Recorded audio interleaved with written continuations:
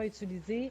Donc, Mm. regardez, tu sais, il faut faire un budget, regarder les dépenses inutiles, regarder le budget, puis, tu sais, c'est important de vivre selon ses moyens aussi, là. On va se dire les vraies choses. Moi, je suis pas là pour caresser les gens aujourd'hui, là. Écoute, là, si tu fais 50 000 $ par année, non, tu peux pas avoir la maison à 600 000 $, OK? OK, on va se dire les vraies choses, là. Donc, les gens veulent certains biens matériels qui peuvent pas se payer, puis les banques, malheureusement, abusent de ça. Donc, par exemple, une communauté que j'aide beaucoup, c'est la communauté des infirmières. Tu sais, les infirmières, elles ont des bons salaires, des heures supplémentaires et tout. Donc, les banques leur accordent énormément de crédit. Puis des fois, je vois leur dossier crédit, puis je dis, My God, pourquoi ils lui ont donné tout ce crédit-là? Elle n'est pas capable de gérer, c'est trop. Les banques, ah ouais, t'es Mais, infirmière, tu fais des heures mais, supplémentaires, t'as du crédit, puis elle l'utilise, puis après ça, elles sont endettées. mais tu sais pourquoi? Pourquoi? Tu sais pourquoi que parce que les institutions financières calculent le crédit pour, je pense, pour tout le monde sur le net et non Sur sur le le brut. brut. Sur le brut Et et non, non sur ah le ouais, sur net. le brut. Ouais, Excuse-moi. sur le Les, brut et non les sur le institutions de net. crédit calculent le crédit pour les gens sur le brut et non sur le net. Fait que Absolument. c'est clair qu'on n'arrive pas à Absolument. payer. Ouais. Fait que est-ce que vous avez C'est compris fou, qu'est-ce là. que Chris vient de dire? Ce que Chris vient de dire, là, c'est que quand tu fais 100 000 $ brut, là, ben il t'en reste 50 000. Parce que c'est presque coupé en deux. Donc, la banque, elle se dit, oh, tu fais 100 000 $, mais en réalité, tu fais pas 100 000 $. Tu es imposé sur ces 100 000 $ là, donc il t'en reste 50 000. Donc, on t'accorde du prêt pour 100 000, mais en réalité, tu fais juste 50 000 net. Comment tu vas rembourser des dettes de 100 000? C'est impossible. Fait que tu Donc, tombes mais dans un ça, cercle vicieux. puis ça, Chris, c'est pas la faute des consommateurs parce que personne ne nous a expliqué, hey, toi là, tu fais 100 000, mais en réalité, il t'en reste 50 000. Personne ne nous explique, personne nous prend par la main pour dire, je vais t'expliquer comment ça fonctionne. Même si je te donne une carte de crédit de 10 000, tu ne dois pas utiliser tout le 10 000. Et c'est pour ça que Crédit Plus Pro existe, parce que nous, on vous prend par la main, puis on vous tape sur la main, puis après, on vous caresse la main quand vous avez compris. Numéro un. Petite question pour toi qui nous sort du script des questions que j'avais préparées, mais petite question pour toi rapidement parce que dans le groupe et la communauté ou les gens qui nous suivent, on a beaucoup de nouvelles arrivants. Puis on a aussi beaucoup comment je pourrais dire là, de jeunes aussi qui veulent se lancer de plus en plus de la fin vingtaine, qui sortent de l'école, peu importe, qui veulent se lancer. Mais pour les nouveaux arrivants, pour les gens qui veulent se lancer justement, quelles sont les astuces pour se créer un crédit rapidement, pour bâtir son crédit? OK. Donc, je vais commencer par les jeunes. Les jeunes, je devais donner une conférence au collège Dawson la semaine prochaine, Mhm. mais à cause du coronavirus, c'est annulé. Donc, C'est quand je vais annulé. donner la conférence au collège Dawson, je l'enverrai à Chris, puis ça va répondre à la question pour les jeunes. Mhm. Puis Mais brièvement. alors, brièvement, euh, ben, c'est de commencer avec une petite carte de crédit, OK. puis de bien s'en occuper. Euh, je trouve que c'est la première étape. Avoir une petite carte de OK. crédit, il y a des cartes de crédit étudiantes, ça va tourner autour des limites de 500 $ et de bien s'en occuper, payer ses comptes à temps. Tu sais, dans le dossier de crédit, là, il y a tout, hein. Il y a les fournisseurs. Donc, fournisseurs, c'est Fido, Bell, l'Internet, le cellulaire, ça aussi. Donc, de payer un fournisseur en retard, ça affecte le crédit. Donc, payer toutes ces dettes, ces factures à temps et prendre une carte de crédit d'étudiant pour commencer ou une petite carte de crédit pour commencer. Ça, je trouve pour les jeunes, c'est un bon début. Et d'ailleurs, tu sais, quand tu parles de jeunes, tu parles 18, 25 ans, tu parles quel âge? Début vingtaine. Parce que moi, dans ma tête, je suis encore jeune, là. Fait que jeune, c'est jusqu'à quel âge, Moi là? aussi, là. Moi, je te dirais début vingtaine, début vingtaine, début Début vingtaine. vingtaine. Ben, ce qui se Ouais. passe avec début vingtaine, c'est que, tu sais, maintenant, tu sais, il y a les jeunes qui font des études, puis dès qu'ils ont fini leurs études, ils commencent déjà avec la job à 50 000. Fait que des fois, les Mhm. banques leur accordent beaucoup de crédit, je trouve, pour quelqu'un qui commence avec le crédit. Donc, encore une fois, il faut faire attention à ne pas tomber dans le piège. Tu sais, il y a même des étudiants que, tu sais, par exemple, quand tu étudies en médecine ou en pharmacie, tu es encore étudiant, puis tu peux avoir une marge de crédit de 50 000 pour payer tes études. Donc, on te donne quand même beaucoup de crédit alors que tu n'es même pas encore salarié. Donc, il faut faire attention à ça. Et puis, pour les nouveaux arrivants, ben, il y a quelques programmes, dont il y a Desjardins qui a une carte de crédit pour nouveaux arrivants. Et OK. il me semble qu'il n'y a aucun, pendant un an, si je me souviens bien, il n'y a aucun frais d'intérêt. Donc, tu as une carte de crédit sans aucun frais d'intérêt. Donc, il y a des programmes comme ça pour les nouveaux arrivants. Nouveaux arrivants, pour moi, c'est comme un peu comme des jeunes. Vous commencez avec le crédit. Donc, ça serait la même recommandation. Payer les factures à temps et démarrer avec une petite carte de crédit et bien s'en occuper. Aurais-tu une réponse rapide, une stratégie, une astuce? Comment faire pour booster notre cote de crédit? Pour l'augmenter rapidement, peu importe où est-ce qu'on se situe, mais dans les prochains mois qui s'en viennent, là, comment qu'on peut faire pour l'augmenter, mais de Ben, manière un petit peu plus rapide? ouais, j'ai plusieurs stratégies, mais ça dépend du profil. Donc, j'ai des Hmm. stratégies que certaines personnes peuvent appliquer, d'autres peuvent pas. Fait que ça, désolé, il faut vraiment prendre le service de Crédit Plus Pro, puis on regarde. Non, t'inquiète, j'essaie pas de faire un sell, là. Non, non, ben non, Non, non, mais de toute façon, là, t'inquiète parce que Ouais, vas-y. c'est parce il y a des stratégies que je peux appliquer avec certains clients, puis d'autres stratégies que je peux pas. Dépendamment de la Non, exact. situation, dépendamment. Tu sais, comme, juste un exemple, là, la consolidation de dette, on peut pas la faire pour tout le monde. Il y a des personnes que je l'ai fait, ça a fonctionné, puis il y a d'autres personnes que je l'ai pas fait. Donc, je veux pas donner une réponse, puis les gens, oh, mais elle a dit que si je faisais ça, ça, et puis que, ça, c'est vraiment du cas par cas. Ouais, Il je sais, c'est ça que j'allais dire. faut faire affaire avec Crédit Plus Pro, puis là, on va vous donner la stratégie selon votre profil et selon votre dossier de crédit et selon votre situation. So sorry, Chris. Numéro un. Ben non, aucun problème, mais c'est vrai, j'oublie tout le temps ce point-là. C'est un sujet affecte tout le monde. Tout le monde veut savoir comment améliorer, booster Oui, son crédit, mais oui. effectivement, c'est du cas par cas. Donc, qui m'amène à ma prochaine question. Tu sais, C'est juste te quoi les donner un erreurs exemple. là? Ouais. Si tu permets, Chris, juste te donner un exemple concret, là. Tu Mhm. vois, avec les hypothèques, OK? Ouais. Euh, je laisserai le soin à un de tes invités courtiers hypothécaires d'aller plus en Ah profondeur, ben mais non, vas-y. rapidement, hypothèque, tu vois, comme il y a des gens que je vais leur conseiller, tu vois, comme il y a un client que j'ai eu, je lui ai conseillé d'inclure sa conjointe dans l'achat pour se préparer à l'hypothèque pour que ça puisse passer. Alors que d'autres clients, j'ai dit non, non, toi, mais pas ta conjointe, elle va te nuire. Donc, tu vois, je ne peux pas Mhm. donner de réponse, oui, fais Les ça. conseils. Ça dépend des situations. Des fois, d'ajouter ton conjoint, ça va t'aider. Puis d'autres fois, ton conjoint, il est tellement endetté, puis son crédit est tellement pas bon que ça va te nuire. Donc, des fois, c'est Mhm. même mieux de passer tout seul à l'hypothèque. Donc, je ne peux pas donner une réponse générale. C'est vraiment du cas par cas. Mais ce Parfait. qui est sûr, Euh, c'est que mhm. oui, il y a des stratégies pour booster le crédit. Absolument. Numéro un, merci, j'adore cette réponse-là. Puis, c'est quoi les erreurs la plus commune que les gens font avec leur crédit? Les erreurs les plus communes, j'en ai tellement en tête. Je te dirais, moi, l'erreur qui me, que je trouve la plus flagrante, je pense, c'est les gens qui se magasinent une propriété, puis qui font une offre d'achat, puis quand ils se font refuser, c'est là qu'ils font, ah, comment ça on a été refusé?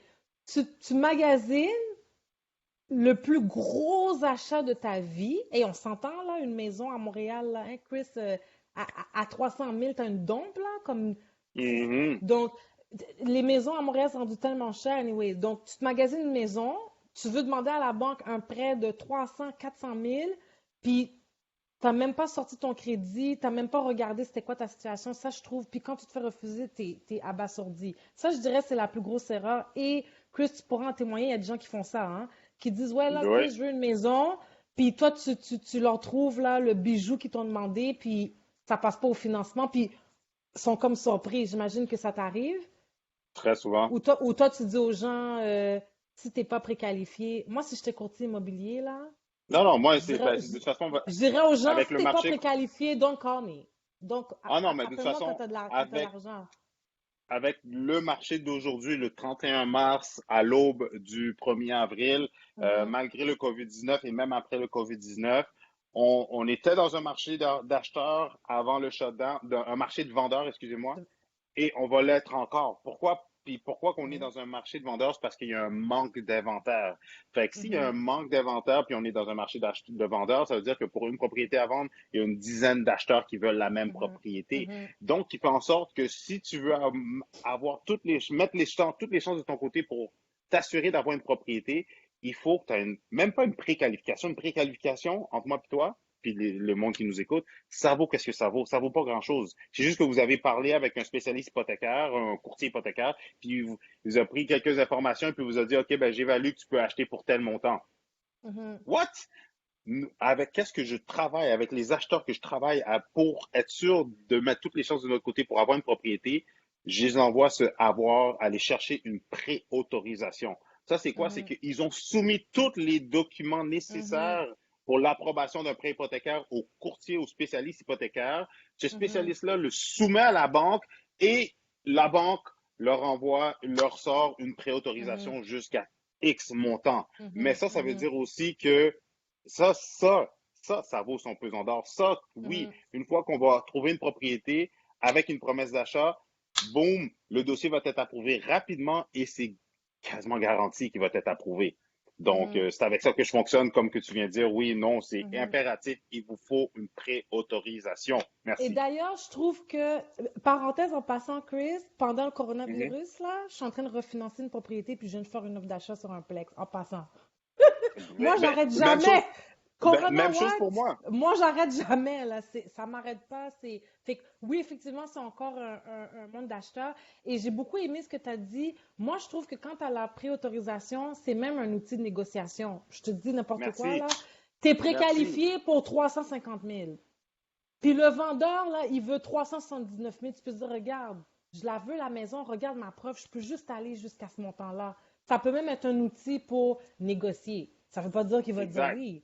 Il faut que tu prennes Chris Exact. pour être sûr que le vendeur te dise oui. Mais, That's it. Better call Chris. mais je trouve que c'est un bon outil de négociation. Gars, c'est pas que je veux être greedy. Hey baby!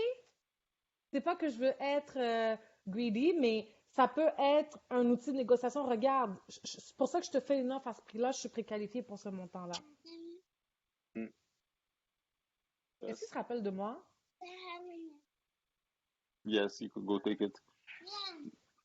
Pardon? Ben oui, ça rappelle de Non, toi, je il me t'a demandais parlé s'il tantôt. se rappelle de moi. Ah, ok, ok.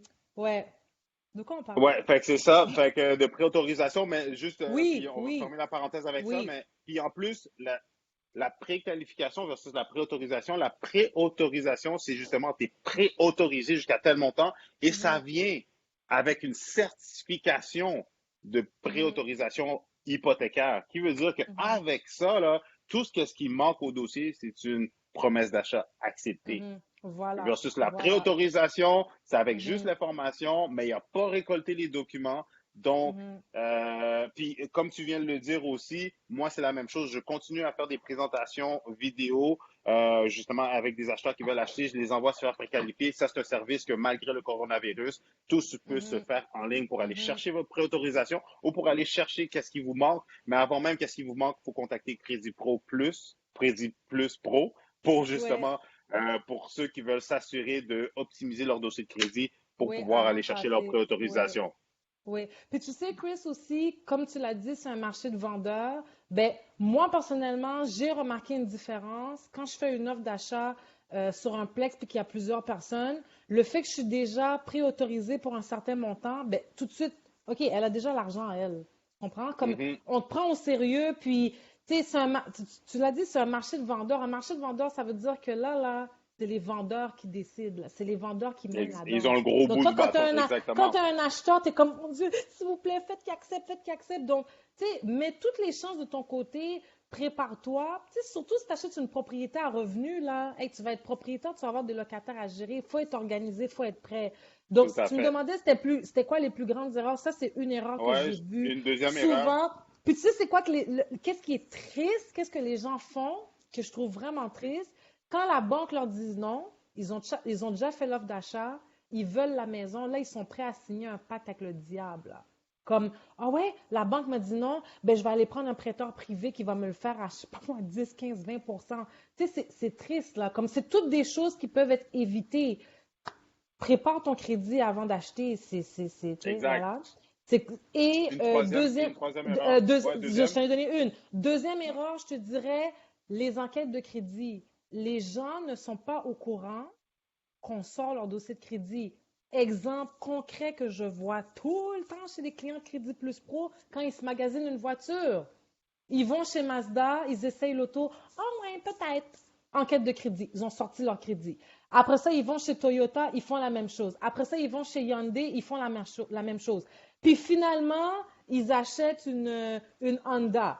Puis là, quand que je vois leur dossier de crédit, il y a genre 10 demandes dans l'année. Je dis, mais pourquoi il y a. T'as une demande chez Honda, une demande chez Toyota. Oui, parce que j'ai magasiné et tout. Ça, c'est une autre erreur. Chaque fois que vous faites une demande là, pour un prêt, une demande financière, il y a une enquête de crédit. Alors, il faut magasiner. Tu vas chez les Mhm. concessionnaires, tu essayes les autos, puis là, tu fais ta diva, là. Hein? Quand le vendeur, il te court après, tu te dis, ah, let me think about it. Non, mais madame, on va juste remplir les papiers parce que c'est mon dernier modèle. C'est pas son dernier modèle, by the way, là. Fait que tu dis, j'ai d'autres voitures à essayer, je vous reviens. Puis quand tu auras choisi le modèle que tu veux, là, tu leur laisses sortir ton crédit. Ça, c'est une erreur, puis les gens font ça avec les logements. Moi, je suis toujours en train de chicaner les gens. Ils viennent visiter un logement, ils remplissent le formulaire. Je dis, madame, est-ce que vous le voulez, le logement? Ah, ben, je sais pas, j'en ai d'autres à visiter. Ben, reprends ton formulaire, donne pas tes informations personnelles comme ça si tu vas pas. Va visiter des logements, puis celui que tu as choisi, là, tu donnes tes informations personnelles. Tu sais, donc, ça, c'est une deuxième erreur. Les gens, ils sortent leur crédit n'importe comment. Et d'ailleurs, un bon petit conseil pour ça, tu vois, comme par exemple Mhm. Vidéotron, tu avais Belle chez toi, puis Mhm. là, tu veux mettre Vidéotron. Ben, Vidéotron, ils vont te faire une enquête de crédit. Mais il y a OK. moyen de négocier avec Vidéotron pour qu'il n'y ait pas d'enquête de crédit. Donc, par Mhm. exemple, ils vont dire, oui, ben, on fait une enquête de crédit. Non, moi, je me prépare à acheter une maison avec Chris est en train de magasiner une maison pour moi. Je veux pas perdre des points à mon crédit juste pour l'Internet, là. Est-ce qu'il y a une alternative? Vidéotron, ils offrent deux alternatives. À l'époque, là, je sais plus si ça existe encore, tu pouvais donner 200 dollars. Ils font pas ton enquête de crédit. Ou tu Mhm. peux fournir une carte de crédit, puis ils vont faire des prélèvements préautorisés pendant 6 mois. Fait qu'ils font pas d'enquête de Mhm. crédit. Ils veulent juste être sûrs d'être payés. Donc, tu vois, Mhm. quand tu mets Vidéotron chez toi, au lieu de laisser faire une enquête de crédit puis que tu perds des points à ton score, parce que chaque enquête de crédit, ça coûte des points en passant, hein? Ben, Mhm. tu peux Mhm. négocier de dire, ben, moi, j'accepte que vous faites des paiements préautorisés pendant les 6 premiers mois, puis je veux pas d'enquête. Là, après 6 mois, c'est à toi de décider est-ce que tu veux rester en paiement préautorisé ou payé. Donc, tu vois, ça, c'est une autre erreur. Les gens, ils Attends. appellent chez. Oui. Mais ça marche avec plusieurs compagnies. Mettons Bell, Ben, chaque Vidéotron. compagnie est différente. Je sais que Vidéotron, c'est OK. comme ça. Peut-être qu'il y en a qui demandent un dépôt. Mais Il c'est y en a intéressant peut-être quand qui sont. même. Oui, il y en a Mais c'est peut-être qui sont intéressant non que négociables. Oui. c'est intéressant les paiements préautorisés parce que Oui, ça fait rouler ton crédit. Tout ce que tu as à t'assurer, c'est que l'argent soit absolument. dans ton compte. Parce que là, Absolument. tu sais, l'argent est disponible, ça le passe, toi, tu t'assures de faire le paiement de ta carte de crédit. Absolument. C'est-tu Ça possible de évite de payer en connecter, retard aussi.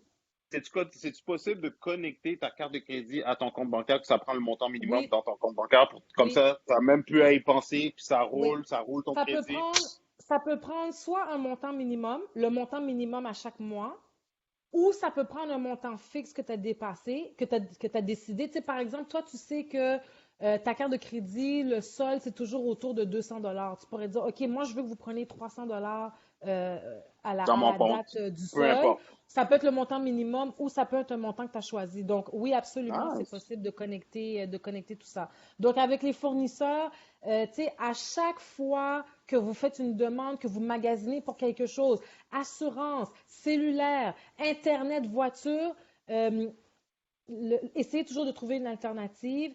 Et la troisième erreur, je te dirais que ça serait de ne pas demander s'il y a une enquête de crédit.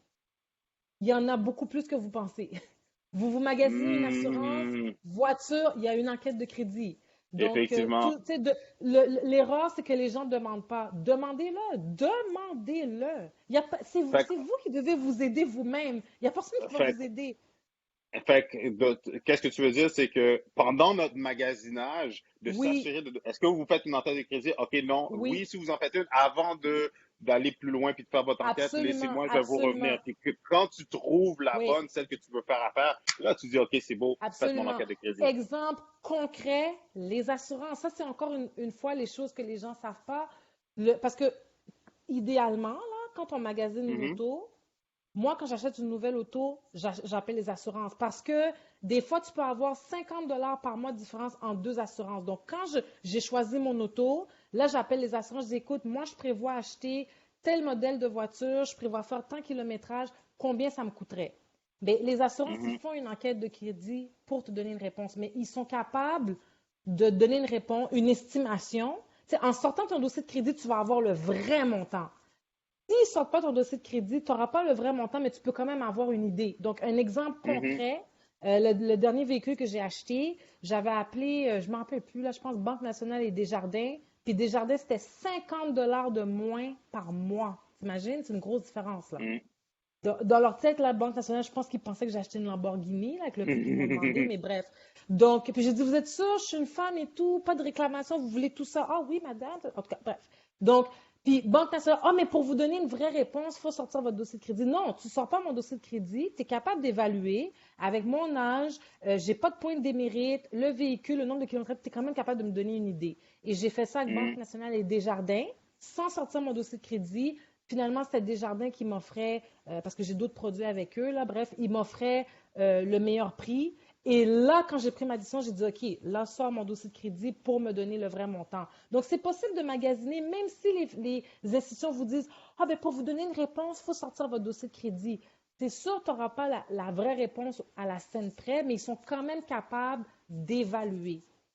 Donc, Mhm. c'est ça. Donc, la troisième erreur, c'est les gens ne demandent pas. Est-ce que vous faites une enquête de crédit? Est-ce que vous faites une enquête de crédit? Maintenant que vous savez, vous allez faire l'exercice, vous allez voir que souvent, on va vous dire, oui, on fait une enquête de crédit, même pour des choses que vous ne pensiez pas. Donc, ça, c'est les Mhm. trois erreurs les plus communes. Se magasiner un prêt sans avoir arrangé son dossier de crédit, tu ne sais même pas si tu vas passer. Deuxièmement, c'est de Faire des demandes de crédit magasiner, partout. faire des demandes de crédit partout. Puis troisièmement, c'est de ne pas demander est-ce que vous faites une enquête de crédit? Parfait. Deuxième question, pas deuxième question, j'ai posé plusieurs questions, mais prochaine question, c'est quoi la différence entre Equifax et TransUnion? Parce que beaucoup de gens, Hmm. mettons, plusieurs points à ça, beaucoup de gens euh, oublient, vérifient juste un et pas l'autre. Beaucoup de gens, maintenant, des institutions financières vont offrir gratuitement accès à une de ces deux compagnies-là, et encore là, Ah, ils oublient qu'il y en a une autre qui existe. ah. Puis, fait que c'est ça. Fait que c'est quoi la différence entre les deux? Alors là, ta question a soulevé une autre question. J'aimerais juste faire une N- parenthèse là. Les histoires là, de Crédit Karma, Borrowell, les scores de crédit que les banques donnent, ce n'est pas le vrai score de T'es sûr? crédit. Pour vrai? Pour vrai? Sûr à 100%, j'ai mis sur ma page Crédit Plus Pro, j'ai mis un exemple. J'ai sorti le dossier de TransUnion de quelqu'un, de TransUnion, puis le dossier Crédit Karma, il y avait 49 points de différence là. Alors, c'est tout pour aujourd'hui. Merci tout le monde pour votre écoute. Si vous avez des questions ou des commentaires, n'hésitez pas à les mettre plus bas. Ça va me faire plaisir de répondre à toutes vos questions, mais surtout de vous donner la bonne information. J'ouvre une petite parenthèse. Mon but avec ma chaîne n'est pas simplement de vous divertir, mais au contraire, mon but c'est de vous aider en vous donnant l'information, mais surtout pour ceux qui sont prêts à passer à l'action, pour ceux qui sont prêts à passer à un autre niveau, que ce soit pour vendre ou acheter. Mon but est de vous assister, de vous accompagner pour vous assurer d'avoir une belle transaction gagnante. Donc, n'hésitez pas à me contacter directement. Mes informations sont plus bas. Envoyez-moi des messages sur toutes les plateformes de réseaux sociaux. Christopher Salador, vous allez me trouver, ou sinon sous le nom de Better Call Chris. Pour terminer, aimez, commentez et partagez la vidéo avec les gens que vous savez que ce contenu pourrait servir. Et c'est Christopher Salador, votre courtier immobilier, en plus d'être votre guide, votre coach, votre conseiller en immobilier. Merci tout le monde. Et pendant qu'on y est, juste avant de passer à autre chose, j'ai cette vidéo-là et cette vidéo-là qui pourrait être vraiment intéressante pour vous aider à vous structurer ou à planifier votre prochaine transaction. Alors, je vous recommande fortement d'aller écouter soit celle-là ou peut-être même celle-là.